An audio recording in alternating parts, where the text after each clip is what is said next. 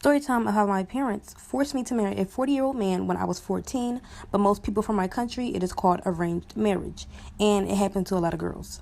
My family was poor, but the guy I was marrying had a lot of money and promised to take care of me and my family. He also had a 6-year-old son, but he didn't like me. I had met him once before when my mother introduced him to us. She allowed me to stay with him alone. He was very touchy. He told me I was very beautiful and would spoil me because pretty girls like me deserve pretty things. After he left, I told my parents that I was scared to marry him and that I'll do more housework and I'll take care of my other little sisters. My father yelled at me and told me no. So the next week, I went throughout the whole wedding crying. My mom told me to stop because I was messing up my makeup. After we had got married, a couple months later, he grew very abusive. Part 2 will be up next.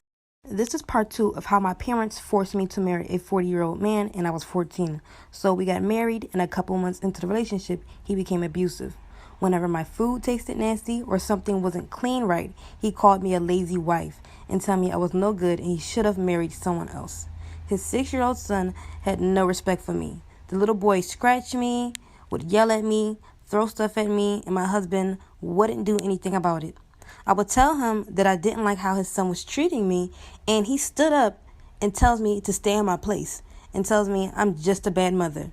I'd cried every night, wishing I could go back home to my mother and father.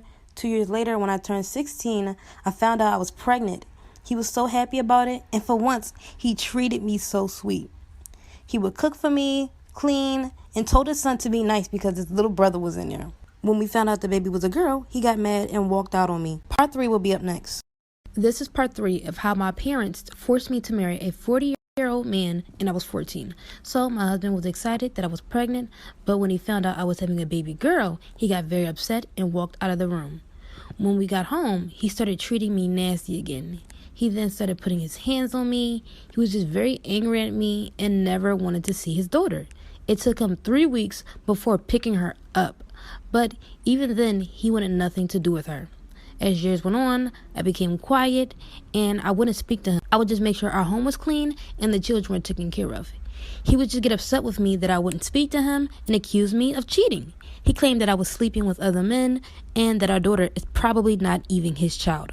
I never understood why because I was always home because he didn't allow me to go out. But I soon realized he only accused me of cheating because he was cheating the entire time. Part 4 is coming up soon. This is part 4 of how my parents forced me to marry a 40-year-old man and I was 14. My husband would always accuse me of cheating, but I found out he only accused me because he was cheating on me the entire time.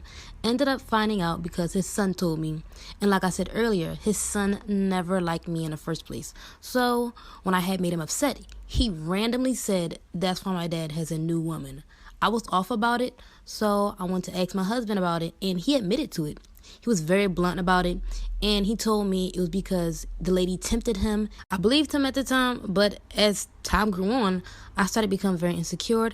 I'd do whatever he wanted, but it was never good enough because he still kept stepping out of our marriage. On my 19th birthday is when I realized I had to figure out a way for me and my daughter to leave him. He didn't even say happy birthday to me, and that was my husband. I had no money, I didn't own anything, but I took a chance, so I packed whatever I could, and I planned for me and my daughter to run away while he went to work. This is part 5 of how my parents forced me to marry a 40-year-old man and I was 14. So like I said before, I made a plan for me and my daughter to run away while he went to work. When he left, I packed up food, clothes, and took money that we saved up just in case something happened. I woke my daughter up out of her sleep and I told her we need to go. I woke her son up and I told him we were going to the store and that we would be right back. He went right back to sleep and I gathered our things and took me and my daughter to the train station. She asked where we were going and I told her we were going to see our other family. When we got on the train, my daughter went to sleep and I cried because of all the pain I was put through with my husband. I left and I wasn't able to say goodbye to my mother, father, or any of my younger sisters. I didn't want any of them to know because I knew they were going to try to send me back. And leaving was the best decision that I made of my life. It's now been 23 years and I found my now husband and we're living a better life. And I bless God for allowing me to This story time is how I found out my boyfriend lied about his age. At the time, I was 15, and I found out he was 32. By the way, we're calling him Jake. So I met Jake at a college party, and I was able to go because my sister had just entered college, and I begged her to take me. So I had fun. I ended up meeting Jake, and from there we started talking. He told me he was still in college, and of course I told him I was still in high school. At the time he told me he was 18, and he slightly looked older, but I guess he just looked older for his age. And I know we weren't supposed to date at these ages, but my dad was 5 years older than my mom, and I didn't think that it was that bad being 3 years apart. We were together for 10 months. When my birthday came around, he wanted to take me out on a date. He picked me up from home and drove me to a restaurant, and 5 minutes before we get to the restaurant, he gets pulled over for not having his lights on. The cops asked for his ID, he showed the cops, and he put it down. I took a look at his ID, and it said he was born in the 1980s. It gets really bad after this. Let me know if y'all want a part 2. This is part 2 of how I found out my boyfriend lied about his age. At the time, I was 15, and I found out he was 32. So like I said earlier, he had got pulled over by the cops, and they asked for his ID. When he had got it back, he had put his ID in his cup holder. I took a glance, and I saw he was born in the 1980s. When the cops left, we drove off. Then I asked him, Jake, how old are you again? He's like, 18. Why'd you ask that? I picked up his ID and pushed it into his face. He quickly steps on the brake and snatches it from me. I was like, take me home. He said, no, it's a fake ID. I was like, what do you need a fake ID for? Where's your real one? He looked at me in shock. Then I told him I wanted to leave. I try to open up the car door to leave, and he tells me, you're not going nowhere. Guys, this is when it gets really scary. Y'all let me know if y'all want a part 3. This is part 3 of how I found out my boyfriend lied about his age. At the time, I was 15, and I found out he was 32.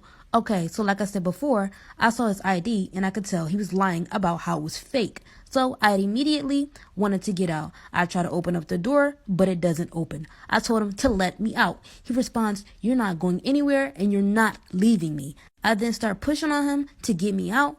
He stops and says, if you keep pushing on me, we're going to crash. So I grabbed my phone and I called the police. He took my phone and threw it out the window. And I'm like, where the hell are you taking me? Guys, this is when it gets really dangerous. Y'all let me know if I should make a part 4. This is part 4 of how I found out my boyfriend lied about his age. At the time, I was 15, and I found out he was 32. So I tried to call the cops, and he took my phone and threw it out the window. I didn't know what else to do, so I just started throwing hands. And in the process, he ended up hitting the car in front of him. He created a big dent in the back of the car, and the car in front stopped. And the guy in the car jumps out and starts yelling at Jake.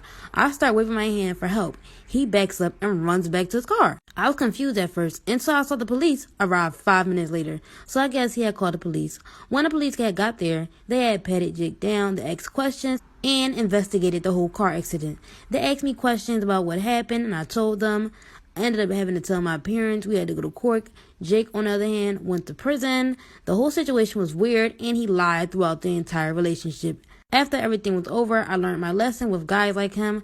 I now do background checks on any guy I date.